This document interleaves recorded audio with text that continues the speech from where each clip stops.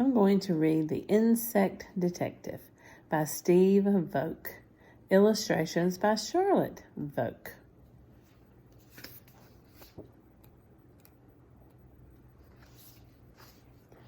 Right now, all around you, thousands of insects are doing strange and wonderful things, but you can't always see them right away. Sometimes you have to know where to look. There are more insects living in the world than on all the other animals put together. About 200 million insects for every single person. Do you see the insects in the tree?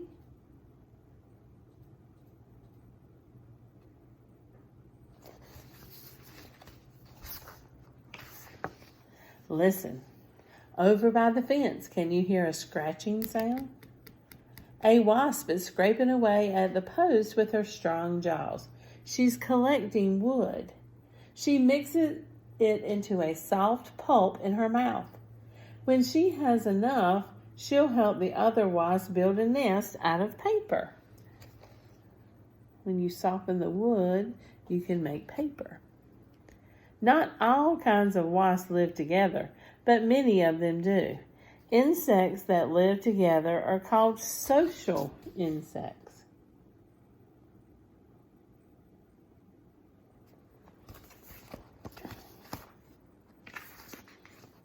Ants always live together.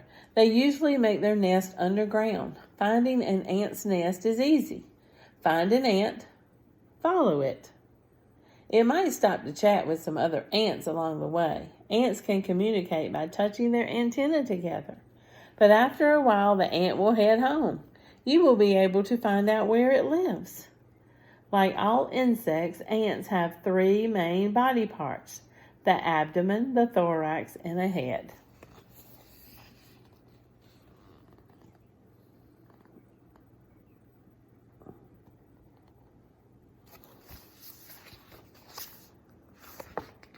Solitary bees live by themselves. Solitary means alone.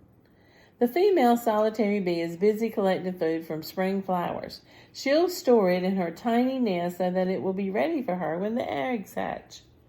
All insects start life as eggs. Solitary bees make their nest in holes in the ground, cracks in walls, or in tiny cavities that have been left by other insects.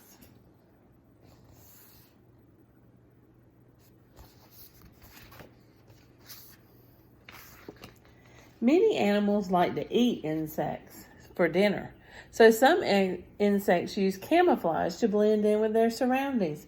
Look at this crinkly brown leaf. Can you see a crinkly brown herald moth too? They often rest in trees during the day so birds won't see them. Insects have other ways of hiding too. See the squiggly lines on these leaves? They were made by the leaf miner caterpillar.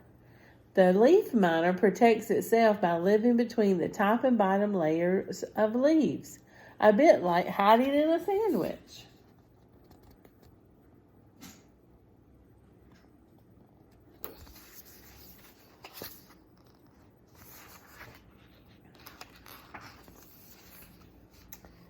Lift up a stone and you might see an earwig scuttle out.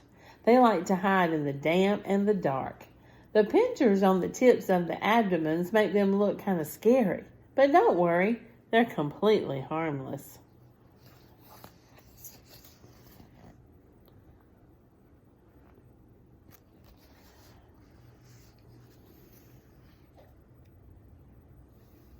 Of course, you might find some creatures under there that aren't insects, like spiders, centipedes, wood lice, and slugs.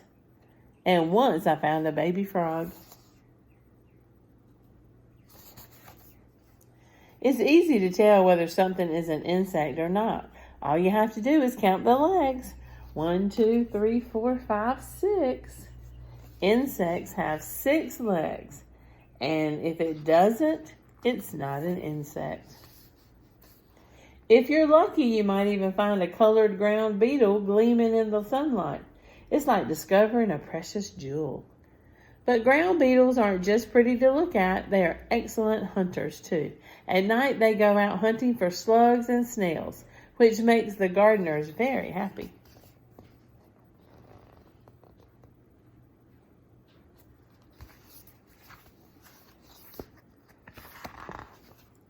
Perhaps the greatest insect hunter of all is the dragonfly. Even the name sounds fierce, but don't worry, they won't come chasing after you.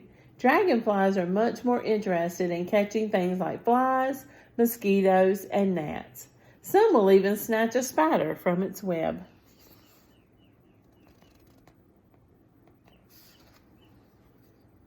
On summer days when the air is still, you can see their wings sparkling in the light as they hunt, twisting, diving, and plucking flies from the air.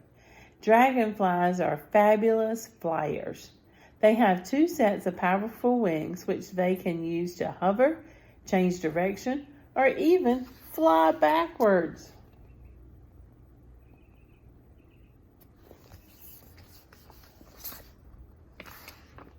It's hard to believe they started life in the water. Dragonfly nymphs are the young, wingless versions of an adult dragonfly. But dragonflies lay their eggs in ponds or slow-moving rivers where they hatch out into small dragonfly nymphs. A nymph sheds its skin many times until it is fully grown. Finally, it climbs out of the water and rests on the stem of a plant.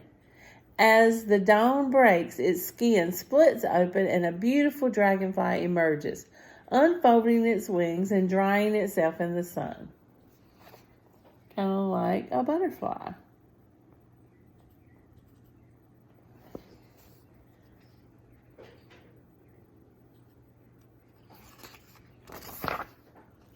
Sometimes when you think about these strange and wonderful things, moths hiding, ants talking, dragonflies changing, it's hard to believe that could really be true. But you don't have to take my word for it. All you have to do is open the door and step outside.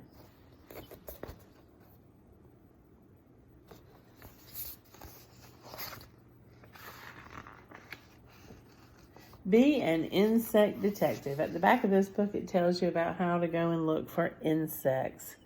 Some things that you should have learned about insects is that they have 6 legs. If it doesn't have 6 legs, it is not an insect. A spider has 8 legs, for example.